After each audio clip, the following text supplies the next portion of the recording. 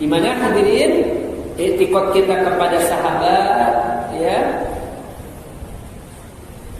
haram mencaci maki sahabat Nabi.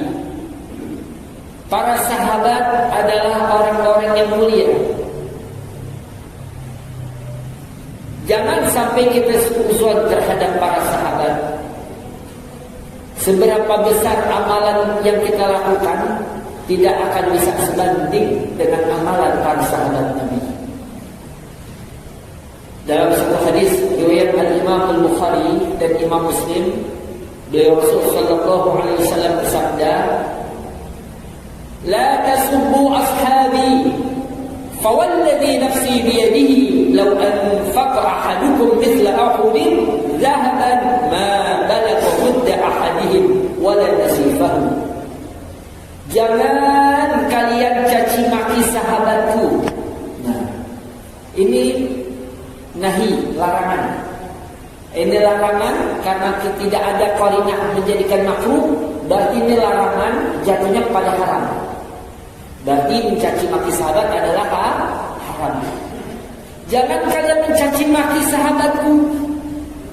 Fawalladhi nafsi biyadihi, maka demi zat yang jiwaku berada dalam kekuasaannya, maknanya demi Allah, lau anfaqa ahadukum, seandainya salah seorang dari kalian mengeluarkan infak, mengeluarkan sedekah, mithla Uhudin zahaban, seperti bukit Uhud, infak dalam bentuk zahab. Apa zahaban? Emas. Kita mengeluarkan infak untuk perjuangan umat Islam, ya, menyantuni umat Islam yang fakir dan lain sebagainya, sebesar bukit Uhud emas. Kata Nabi, "Ma balagha mudda ahadihim wala nasifahu." Tidaklah infak kalian itu dapat mencapai segantang makanan salah seorang dari sahabatku. Ahadihim, mereka yakni para sahabatku. Bahkan setengahnya pun tidak mencapai. Segantang makanan doang. Coba ini ada, ya, saking mulianya para sahabat. Nah, jadi hadirin, kecintaan kita kepada sahabat ini harus ditanamkan siapapun. Ya, saya ingin ulang tentang definisi sahabat. Siapa sih? Sahabat itu mukmin muslim yang pernah bertemu Nabi, duduk bersama dengan Nabi meskipun sesaat, dan ia wafat dalam keadaan mukmin dan muslim pula. Itu namanya sahabat. Kemudian sekarang, bagaimana sikap kita ketika kita membaca satu sejarah Islam? Di awal Islam ada pertikaian, ada perselisihan di antara para sahabat, seumpama Sayyidina Ali bin Abi Thalib karramallahu wajhah dan Sayyidina Muawiyah radhiyallahu anhu. Bagaimana sikap kita? Hadirin, wajib buat kita untuk diam, tidak boleh berkomentar. Kenapa? Karena mereka para sahabat, mereka itu, ya, bergelar daripada radhiyallahu anhu. Semoga Allah meridainya. Pertikaian keduanya ini dengan ijtihad. Bila terjadi perang antara keduanya, jangan pernah untuk menyalahkan salah satunya. Kenapa hadirin? Karena bila mana kita meneliti sejarah lebih mendalam yang ditulis oleh para ulama, ternyata ada pihak ketiga munafik yang bernama Abdullah bin Sabah yang mengadu domba antara Sayyidina Ali bin Abi Thalib karramallahu wajhah dan Sayyidina Muawiyah radhiyallahu anhu. Ini hadirin. Ya. Jadi awal dari perselisihan keduanya hadirin, ketika syahidnya Sayyidina Utsman. Sayyidina Utsman ini hadirin, Masya Allah, seorang sahabat yang menempuh sikap sebagaimana yang ditempuh oleh Habil. Siapa Habil? Salah satu anak Nabi Allah Adam alaihissalam. Kenapa Habil? Habil saat hendak dibunuh oleh saudaranya yakni Qabil, tersebab dengki. Apa yang dikatakan Habil? La in basatta ilayya yadaka litaqtulani ma ana bibasiti yadi ilayka liaqtulak inni akhafu Allah rabbal alamin. Sungguh jika engkau menjulurkan tanganmu untuk membunuh aku tidak akan menjulurkan tanganku kepadamu untuk membunuhmu. Tidak. Aku takut kepada Allah rabbal alamin. Tuh. Ini sikap Habil. Ini kalau kita umat Islam semuanya sikap Habil semua kalau ngadepin sesama muslim, Masya Allah. Tapi yang kita saksikan sekarang tidak ada. Saudara kita dibantai. Itu negara-negara Arab yang mampu untuk membantu diam, bahkan ada yang menghalang-halangi. Inna lillahi wa inna ilaihi raji'un. Bahkan ada yang bekerja sama dengan Zionis itu sendiri. Ini hadirin sekalian, ya. Ini umat Islam menjadi buih. Dengarlah apa yang disabdakan Nabi. Buih, banyaknya bagaikan buih, kena penyakit wahan. Wahan apa itu? Wahan artinya hubbud dunya wa karahiyatul maut. Cinta dunia dan takut kepada mati. Itu penyakit. Ya, terlalu cintanya kepada dunia. Kita lihat mereka kalau makan, ya Allah, makanan sebanyak-banyaknya, enggak habis dibuang. Saudaranya Palestina kelaparan. Mana? Seperti itu yang disebut umat Islam. Ya. Mari kita dengarkan ayat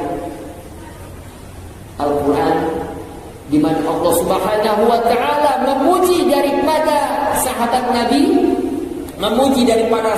Nabi, A'udzu billahi minasyaitonir rajim. Muhammadur Rasulullah walladzina ma'ahu asyidda'u 'alal kuffari rahama'u bainahum tarahum ruk'an sujjadan yabtaghuna fadlan minallahi wa ridwana. Nabi Muhammad itu adalah utusan Allah, dan orang-orang yang bersamanya mereka asyidda'u 'alal kuffar, keras, tegas kepada orang kafir, kasih sayang kepada sesama mereka. Tegas, keras kepada orang kafir, kasih sayang kepada sesama mereka. Jadi kembali kepada Sayyidina Utsman, maka ketika itu hadirin, Sayyidina Utsman tetap beliau baca Quran. Ini udah ribuan. Yang jaga sahabat ketika itu cuma puluhan. Ya Allah. Sayyidina Hasan, Sayyidina Husain berada di pintu. Itu perintah daripada Sayyidina Ali pada anaknya, jaga rumah Sayyidina Utsman Amirul Mukminin. Ini kecintaan Sayyidina Ali kepada khalifah. Jadi bohong kalau Syiah mengatakan Sayyidina Ali tidak senang kepada Sayyidina Abu Bakar, kepada Sayyidina Umar, kepada Sayyidina Utsman. Lah, bohong.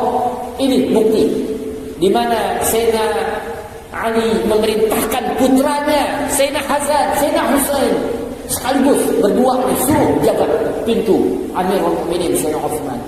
Cinta Sayyidina Ali kepada para khalifah sebelumnya. Sayyidina Abu Bakar, oh Masya Allah, kok telat Ustaz?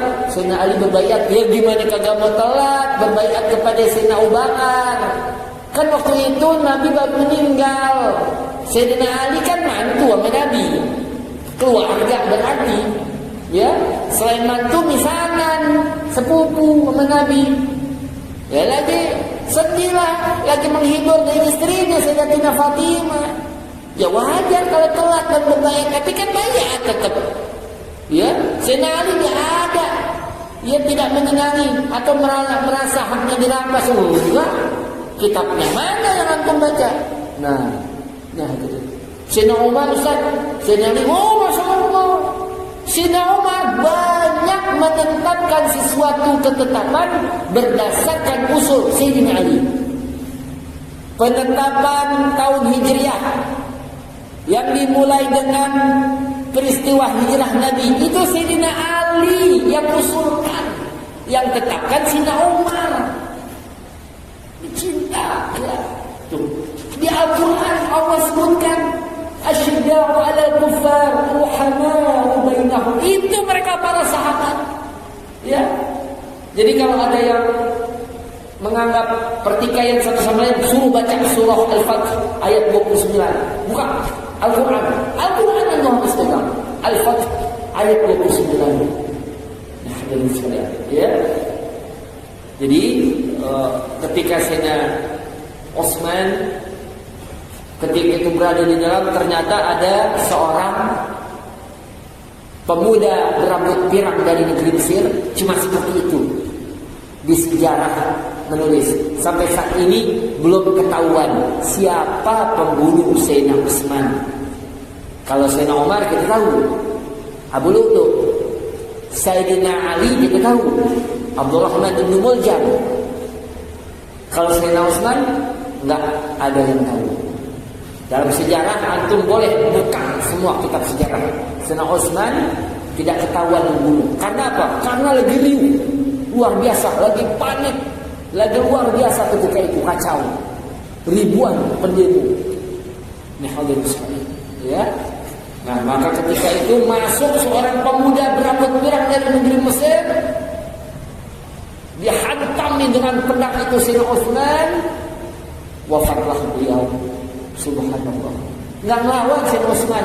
Sayyidina Utsman menganggap Anda telah terprovokasi, Anda telah terhasut. Siapa? Abdullah bin Sabah. Ini tokohnya yang mengadu domba umat Islam ketika itu. Maka hadirin hati-hati. Kalau ada yang memerintahkan kita untuk berperang sesama kita, hati-hati. Bilang, dan jangan antum provokator. Nggak boleh begitu antum. Haram darah untuk ditumpahkan. Qulul muslim 'alal muslim haramun damuhu wa maluhu wa 'irduhu.